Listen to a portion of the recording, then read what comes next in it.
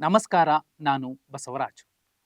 ದಾವಣಗೆರೆ ದಕ್ಷಿಣ ವಿಧಾನಸಭಾ ಕ್ಷೇತ್ರಕ್ಕೆ ನಡೆದಂತಹ ಉಪಚುನಾವಣೆಯಲ್ಲಿ ಯಾರು ಗೆಲ್ತಾರೆ, ಯಾರು ಸೋಲ್ತಾರೆ ಎನ್ನುವಂಥದ್ದು ಇನ್ನು 48 ಗಂಟೆಗಳಲ್ಲಿ ಗೊತ್ತಾಗಲಿದೆ. ಆದರೆ ಎಕ್ಸಿಟ್ ಪೋಲ್ಗಳು ಒಂದೊಂದು ರೀತಿಯಲ್ಲಿ ಹೇಳ್ತಿರುವಂಥದ್ದು. ಕಾಂಗ್ರೆಸ್ ಗೆಲ್ಲಬಹುದು ಅಥವಾ BJP ಗೆಲ್ಲಬಹುದು, ಆದರೆ ಅದು ತುಂಬ ಕಡಿಮೆ ಅಂತರ ಇರುತ್ತೆ ಅಂತ.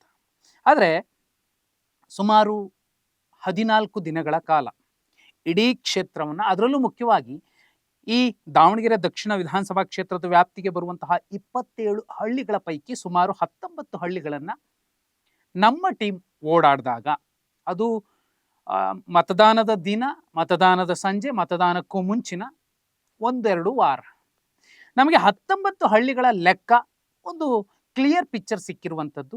ದಾವಣಗೆರೆ ದಕ್ಷಿಣ ವಿಧಾನಸಭಾ ಕ್ಷೇತ್ರದ ರೂರಲ್ ಏರಿಯಾದಲ್ಲಿ ಕಾಂಗ್ರೆಸ್ ಈ ಸಲ ಹೊಡೆತ ತಿನ್ನುತ್ತೆ. ಒಂದೊಂದು ಹಳ್ಳಿಯ ಲೆಕ್ಕ ಕೂಡ ಇಲ್ಲಿದೆ. ಕಳೆದ ಚುನಾವಣೆಗಿಂತ ಕಡಿಮೆ ಮತದಾನ ಆಗಿರುವಂಥದ್ದು, ಕಾಂಗ್ರೆಸ್ ಮಾಡಿಕೊಂಡಂತಹ ಎಡವಟ್ಟುಗಳು, ಅದರಲ್ಲೂ ಮುಖ್ಯವಾಗಿ ಕಾಂಗ್ರೆಸ್ ಪಕ್ಷ ಅನ್ನೋದಕ್ಕಿಂತಲೂ ಹೆಚ್ಚಾಗಿ ಮಲ್ಲಿಕಾರ್ಜುನ್ ಅವರು, SS ಮಲ್ಲಿಕಾರ್ಜುನ್ ಅವರು ಮಾಡಿಕೊಂಡಂತಹ ಎಡವಟ್ಟು, ಅನಂತರದಲ್ಲಿ ಕಾಂಗ್ರೆಸ್ನ ಯುವ ನಾಯಕರು ನಲ್ಪಾಡ್, ಪ್ರದೀಪ್ ಈಶ್ವರ್ ಅಂತಹ ನಾಯಕರು ಬಂದು ಕೊಟ್ಟಂತಹ ಹೇಳಿಕೆ, ಮಾಡಿಕೊಂಡ ಹೈಡ್ರಾಮಗಳು ಕೂಡ ಅಲ್ಲಿನ ಜನರ ಮತದಾನದ ಪ್ರವೃತ್ತಿಯಲ್ಲಿ ವ್ಯತ್ಯಾಸಗಳನ್ನು ಮಾಡಿವೆ ಅನ್ನುವಂಥದ್ದು ಗ್ರೌಂಡ್ ರಿಪೋರ್ಟ್. ಎಕ್ಸಾಂಪಲ್, ನಿಮಗೆ 19 ಹಳ್ಳಿಯ ಲೆಕ್ಕ ಕೂಡ ಕೊಡ್ತಾರೆ. ಸುಮಾರು 41-42 ಸಾವಿರ ಮತಗಳ ಬರುತ್ತೆ ಈ 19 ಹಳ್ಳಿಗಳ ವ್ಯಾಪ್ತಿಯಲ್ಲಿ.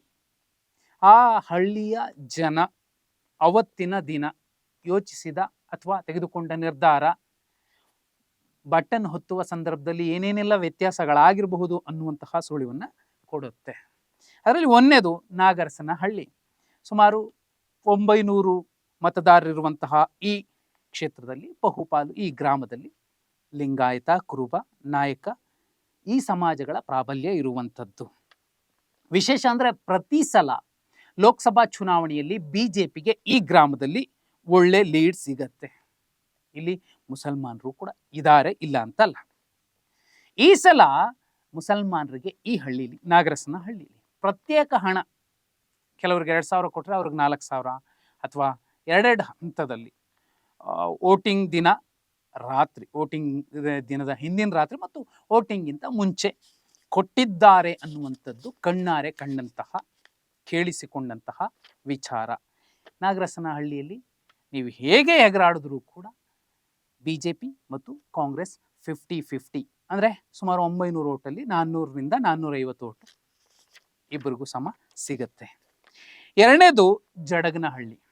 ನೋ ಡೌಟ್ ಇಲ್ಲಿ 480 ಮತದಾರರಿದ್ದಾರೆ. ಈ ಪೈಕಿ ಬಹುಪಾಲು ಈ ಸಂದರ್ಭ BJPಗೆ ಮತ ಹಾಕಿದ್ದಾರೆ. ಇಲ್ಲಿ ಕುರುಬ, ಮಡಿವಾಳ, ಲಿಂಗಾಯತ ಮತ್ತು ನಾಯಕ ಸಮಾಜ ವಾಸವಿರುವಂತಹ ಒಂದು ಗ್ರಾಮ. ಅದರಲ್ಲೂ ಮುಖ್ಯವಾಗಿ ವಿನಯ್ ಕುಮಾರ್ ಅವರಿಗೆ ಅತಿ ಹೆಚ್ಚು ಅಭಿಮಾನಿ ವರ್ಗ ಇರುವಂತಹ ಒಂದು ಗ್ರಾಮ. ವಿಶೇಷ ಅಂದರೆ ಕಳೆದ ಲೋಕಸಭಾ ಚುನಾವಣೆಯಲ್ಲಿ ಈ 400 ಚಿಲ್ಲರೆ ಮತವರ್ಗದಲ್ಲಿ 255 ಮತಗಳು ವಿನಯ್ ಕುಮಾರ್ ಅವರಿಗೆ ದಕ್ಕಿದ್ವು. ವಿನಯ್ ಕುಮಾರ್ ಅವರ ಫ್ಯಾಕ್ಟರ್ ವರ್ಕ್ ಆಗಿದ್ರೆ ಈ ಹಳ್ಳಿಯ ಬಹುಪಾಲು ಮತಗಳು, ಸಂಪೂರ್ಣ ಮತಗಳು BJP ಪಾಲಾಗಿರುವ ಸಾಧ್ಯತೆಗಳು ಹೆಚ್ಚು. ಇದಾದ್ಮೇಲೆ ಕನಗೊಂಡನಹಳ್ಳಿ, ಸುಮಾರು 956ರಿಂದ 1,000 ಮತದಾರರಿರುವಂತಹ ಒಂದು ಗ್ರಾಮ. ಇಲ್ಲಿ ಲಿಂಗಾಯತ, ಕುರುಬ, ಅದರಲ್ಲೂ ಮುಖ್ಯವಾಗಿ ಸಾದಲಿಂಗಾಯತ ಮತ್ತು ಪಂಚಮಸಾಲಿ ಮತದಾರರು, ದಲಿತ ಸಮಾಜದ ಮತಗಳು ಮತ್ತು ಮಡಿವಾಳ ಸಮಾಜದ ಮತಗಳು ಇರುವಂಥದ್ದು. ವಿಶೇಷ ಅಂದರೆ ಲೋಕಸಭಾ ಚುನಾವಣೆಯಲ್ಲಿ ಇಲ್ಲಿ ಸುಮಾರು 956 ಅಥವಾ 1,000 ಮತದ ಲೆಕ್ಕದಲ್ಲಿ ಗಾಯತ್ರಿ ಸಿದ್ದೇಶ್ವರ್ ಅವರಿಗೆ 300 ಮತಗಳು ಸಿಕ್ಕಿತ್ತು, ವಿನಯ್ ಕುಮಾರ್ ಅವರಿಗೆ 300 ಮತಗಳು ಸಿಕ್ಕಿತ್ತು. 3ನೇ ಪ್ಲೇಸಲ್ಲಿ ಕಾಂಗ್ರೆಸ್ ಅಭ್ಯರ್ಥಿಗೆ ಮತಗಳು ಸಿಕ್ಕಿರುವಂಥದ್ದು. ಈ ಲೆಕ್ಕ ನೋಡಿದ್ರೆ ಸುಮಾರು 956ರಲ್ಲಿ ಬಹುಪಾಲು, ಸಿಂಹಪಾಲು ಅಥವಾ 60ರಿಂದ 70% ಮತಗಳು BJPಗೆ ಸಿಕ್ಕಿರುವ ಸಾಧ್ಯತೆಗಳು ಇರುವಂಥದ್ದು. ವಿಶೇಷ ಅಂದರೆ ಇಲ್ಲಿ ಶಾಮನೂರು ಶಿವಶಂಕರಪ್ಪ ಅವರ ಪ್ರಭಾವ ಇತ್ತು. ಆ ಫ್ಯಾಕ್ಟರ್ ಏನಾದರೂ ವರ್ಕ್ ಆಗಿದ್ರೆ ಹೇಳಕ್ಕಾಗಲ್ಲ, ಅವ್ರ ಮೊಮ್ಮಗನನ್ನ ಗೆಲ್ಲಿಸಬೇಕು ಅನ್ನೋ ಕಾರಣಕ್ಕೋಸ್ಕರ ಇಲ್ಲಿನ ಲೆಕ್ಕವೂ ಕೂಡ ಬದಲಾಗಿರಬಹುದು. ಇನ್ನು ಹದಡಿ ಸುಮಾರು 5 ಬೂತ್ಗಳು ಬರುವಂತಹ ದೊಡ್ಡ ಮತವರ್ಗ, ಜಿಲ್ಲಾ ಪಂಚಾಯತ್ ಕ್ಷೇತ್ರ, ಸುಮಾರು 4,500 ಮತದಾರರು, 5,000 4,500 ಮತದಾರರು ಇರುವಂತ ಇಲ್ಲಿ ನಾಯಕ ಸಮಾಜ, ಕುರುಬ ಸಮಾಜ, ಉಪ್ಪಾರ ಸಮಾಜ, ಲಿಂಗಾಯತ ಸಮಾಜ ಪ್ರಾಬಲ್ಯ ಇರುವಂತಹ ಒಂದು ಮತವರ್ಗ. ಇಲ್ಲೂ ಕೂಡ ವಿನಯ್ ಕುಮಾರ್ ಅವರ ಪ್ರಭಾವ ಎದ್ದು ಕಾಣುತ್ತೆ. ಈ ಸಲ ಈ 4,500 ಅಥವಾ 5,000 ಮತವರ್ಗದಲ್ಲಿ 60% ತನಕ ಬಿಜೆಪಿ ದಕ್ಕಿಸಿಕೊಂಡಿರಬಹುದು. ಅವತ್ತಿನ ಲೆಕ್ಕಕ್ಕೆ ನೋಡಿದ್ರೆ ಬಿಜೆಪಿಗೆ ಇಲ್ಲಿ ಪ್ಲಸ್ ಆಗತ್ತೆ. ಇನ್ನೂ ಮುಖ್ಯ ಅಂದ್ರೆ ಕುಕ್ಕುವಾಡ 3 ಬೂತ್ ಬರುತ್ತೆ. ಸುಮಾರು 2,500 3,000 ಮತದಾರರಿರುವಂತಹ ಈ ಪ್ರಾಂತ್ಯದಲ್ಲಿ, ಈ ಗ್ರಾಮದಲ್ಲಿ ನೊಣಬ, ಸಾಧು, ವೀರಶೈವ, ಬಣಜಿಗ, ಪಂಚಮಸಾಲಿ, ಲಿಂಗಾಯತ ಮತವರ್ಗ ಇದೆ. ವಿಶೇಷ ಅಂದ್ರೆ ಇಲ್ಲಿ 60% ಕಾಂಗ್ರೆಸ್ಗೆ ಮತ ಹೋಗಿರುವ ಸಾಧ್ಯತೆಗಳಿದೆ. ಹಾಗೇನೆ 40ರಿಂದ 45% ಬಿಜೆಪಿಗೂ ಕೂಡ ಇಲ್ಲಿ ಲಾಭ ಆಗಿರುತ್ತೆ. ದಲಿತ ಸಮಾಜದ ಮತಗಳು ಕೂಡ ಇಲ್ಲಿ ನಿರ್ಣಾಯಕವಾಗಿರೋದ್ರಿಂದ ಏನ್ ಬೇಕಾದ್ರೂ ಆಗಿರಬಹುದು.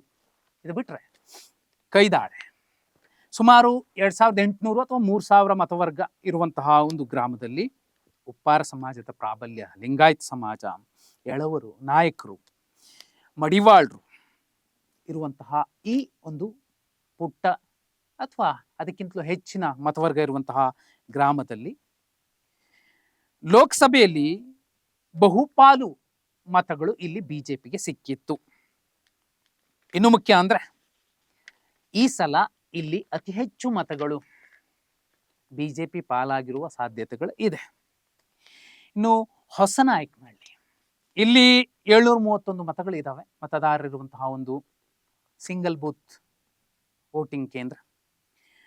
ಉಪ್ಪಾರ ಸಮಾಜ ಬಹುಪಾಲು ಇರುವಂತಹ ಮತ್ತು ಸ್ವಲ್ಪ ST ಮತ್ತು ಮುಸಲ್ಮಾನ ಸಮಾಜದ ಮತಗಳಿರುವಂತಹ ಈ ಭಾಗದಲ್ಲಿ ಕಾಂಗ್ರೆಸ್ಗಿಂತಲೂ ಹೆಚ್ಚು ಬಿಜೆಪಿಗೆ ಲಾಭ ಆಗಿರುವಂತಹ ಸಾಧ್ಯತೆ ಇದೆ. ಇಲ್ಲೂ ಕೂಡ ವಿನಯ್ ಕುಮಾರ್ ಅವರ ಫ್ಯಾಕ್ಟರ್ ವರ್ಕ್ ಆಗಿದ್ರೆ ಹೊಸನಾಯಕನಹಳ್ಳಿಯ ಬಹುಪಾಲು ಮತಗಳು ಶ್ರೀನಿವಾಸ್ ದಾಸಕರಿಯಪ್ಪ ಅವರ ಪಾಲಾಗಿರುವ ಸಾಧ್ಯತೆಗಳು ಇದೆ.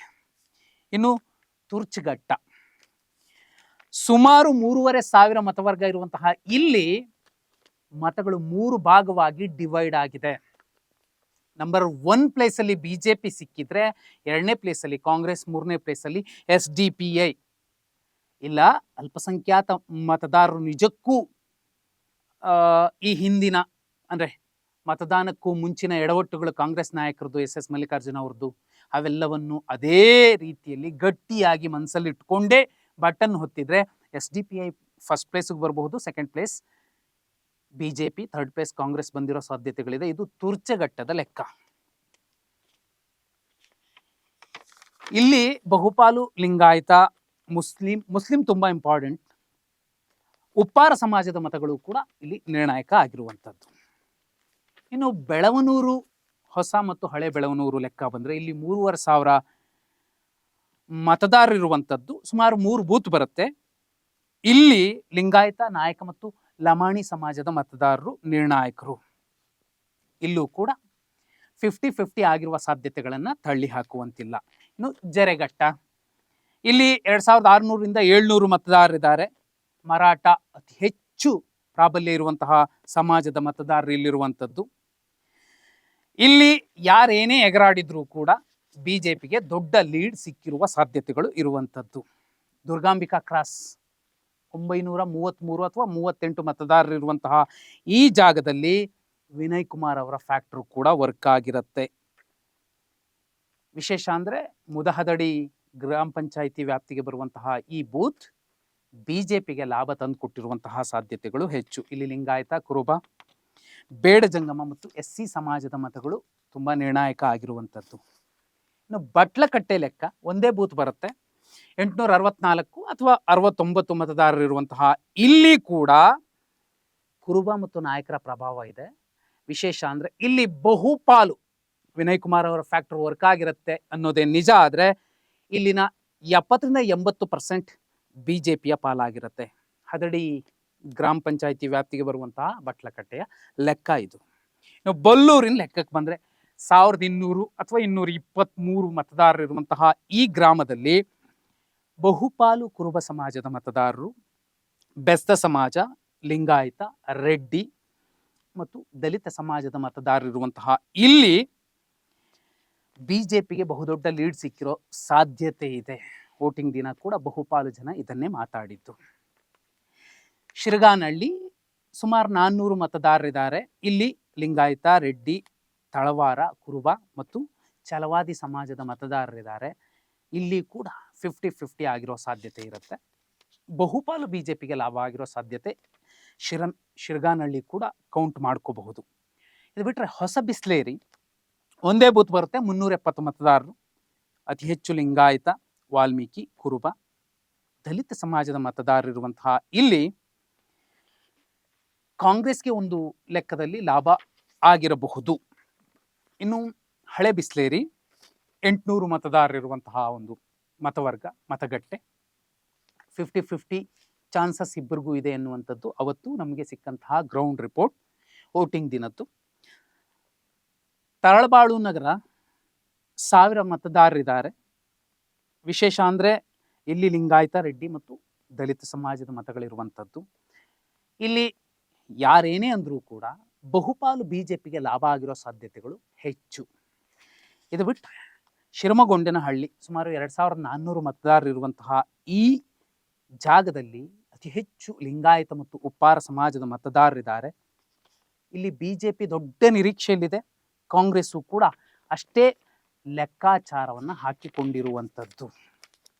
ಇದು 19 ಹಳ್ಳಿಗಳ ಲೆಕ್ಕ. ಸುಮಾರು 41 ಮತದಾರರು ಬರುವಂತಹ ಈ ದೊಡ್ಡ ರೂರಲ್ ಏರಿಯಾದ ಲೆಕ್ಕವನ್ನು ನೋಡಿಕೊಂಡ್ರೆ ಸುಮಾರು 6000 ಲೀಡಲ್ಲಿ ಕಾಂಗ್ರೆಸ್ಗಿಂತಲೂ ಬಿಜೆಪಿನೇ ಮುಂದೆ ಇದೆ. SDPI ಕೂಡ ಇಲ್ಲಿ 3,000-4,000 ಸಾವಿರಕ್ಕೂ ಹೆಚ್ಚು ಮತಗಳನ್ನು ಪಡೆಯುವಂತಹ ಸಾಧ್ಯತೆಗಳಿದೆ.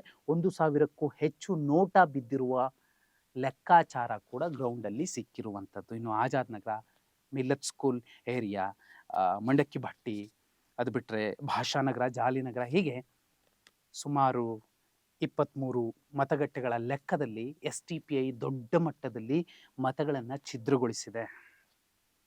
ಹೇಳ್ಬಹುದು ಕಾಂಗ್ರೆಸ್ ತುಂಬ ಕಡಿಮೆ ಅಂತರದಿಂದ ಗೆಲ್ಲಬಹುದು ಅದು ಇದು ಅಂತ. ಆದರೆ ಈ ಸಲ ಬಿಜೆಪಿ ಮಾಡಿಕೊಂಡಿದ್ದಂತಹ ಒಂದು ಜಾಣ್ಮೆಯ ಚೌಕಟ್ಟು, ಒಂದು ಫ್ರೇಮ್ ವರ್ಕಲ್ಲಿ ಕೆಲಸ ಮಾಡಿದ್ದು. ಯಾಕಂದರೆ ವಿವಾದಾತ್ಮಕ ಹೇಳಿಕೆಗಳನ್ನು ಕೊಡಬಲ್ಲಂತಹ ಪ್ರತಾಪ್ ಸಿಂಹ ಅಥವಾ ಬಸನಗೌಡ ಪಾಟೀಲ್ ಯತ್ನಾಳ್ ಅಂತಹ, CC ಪಾಟೀಲ್ ಅಂತಹ ನಾಯಕರು ಕೆಲವರು ಯಾರು ಕೂಡ ಬರಲಿಲ್ಲ. ಬಂದರೂ ಕೂಡ ಜಾಸ್ತಿ ಮಾತಾಡಲಿಲ್ಲ. ವಿಶೇಷ ಅಂದರೆ ವಿಶ್ವನಾಥ್ ಅವರು, ಹಳ್ಳಿ ಹಕ್ಕಿ, ಅವರು ಬಂದರೂ ಕೂಡ ವಿವಾದಗಳನ್ನು ಮಾಡಿಕೊಂಡಿಲ್ಲ ಪ್ರದೀಪ್ ಈಶ್ವರ್ ಮತ್ತು ನಲ್ಪಾಡ್ ರೀತಿಯಲ್ಲಿ. ಇವೆಲ್ಲವೂ ಕೂಡ ದಾವಣಗೆರೆ ದಕ್ಷಿಣ ವಿಧಾನಸಭಾ ಕ್ಷೇತ್ರ ಉಪಚುನಾವಣೆ ಏನಾಯಿತು ಅಲ್ಲಿ ಸಿಟಿಯ ಲೆಕ್ಕ ಏನೇ ಇರಬಹುದು, ರೂರಲಲ್ಲಿ ಬಿಜೆಪಿ ಸ್ವಲ್ಪ ಮುಂದಿದೆ. ಇದೇ ಲೆಕ್ಕಾಚಾರಗಳು ಸಿಟಿಯ ವ್ಯಾಪ್ತಿಯಲ್ಲಿ ಅಲ್ಪಸಂಖ್ಯಾತ ಮತದಾರರ ವ್ಯಾಪ್ತಿ ಇರುವಂತಹ ಜಾಗಗಳಲ್ಲೂ ಆಗಿದ್ದರೆ ಈ ಸಲ ನೀವು ಏನೇ ಹೇಳಿದ್ರು, ಹೆಂಗೆ ಹೇಳಿದ್ರು ಸುಮಾರು 6-9% SDPI ವೋಟ್ ತಗೊಂಡಿರುತ್ತೆ. ಕಾಂಗ್ರೆಸ್ 10-13% ತನ್ನ ಮತಗಳನ್ನು ಕಳ್ಕೊಂಡಿರುತ್ತೆ. ಅಲ್ಲಿಗೆ ಬಿಜೆಪಿ 6-9% ತನಕ, ಅದು 5.5% ಇರಬಹುದು, ಹೆಚ್ಚಿನ ಮತಗಳನ್ನು ಅದು ಕಾಂಗ್ರೆಸ್ನ ಮತಬುಟ್ಟಿಯಿಂದ ಪಡೆದುಕೊಂಡಿರುವ ಸಾಧ್ಯತೆಗಳು ಹೆಚ್ಚು. ಯಾರೇ ಗೆದ್ದರೂ ಕೂಡ, ವ್ಯತ್ಯಾಸಗಳೇನೇ ಇದ್ದರೂ ಕೂಡ ಈ ಸಲ ಬಹುದೊಡ್ಡ ಬದಲಾವಣೆಯನ್ನು ದಾವಣಗೆರೆ ದಕ್ಷಿಣದ ಜನತೆ ಬಯಸಿದ್ದಾರೆ ಅನ್ನೋದು 4ನೇ ತಾರೀಕು ಗೊತ್ತಾಗುತ್ತೆ. ಒಂದು ವೇಳೆ ಶಾಮನೂರು ಶಿವಶಂಕರಪ್ಪ ಅವರೇ ಇದ್ದಿದ್ದರೆ ಏನು 30,000, 25,000, 40,000 ಲೀಡಲ್ಲಿ ಏನು ಗೆಲ್ತಿದ್ರು, ಅಂತಹ ದೊಡ್ಡ ಮಟ್ಟದ ಲೀಡ್ ಸಿಗುವ ಸಾಧ್ಯತೆಗಳು ಕಡಿಮೆ.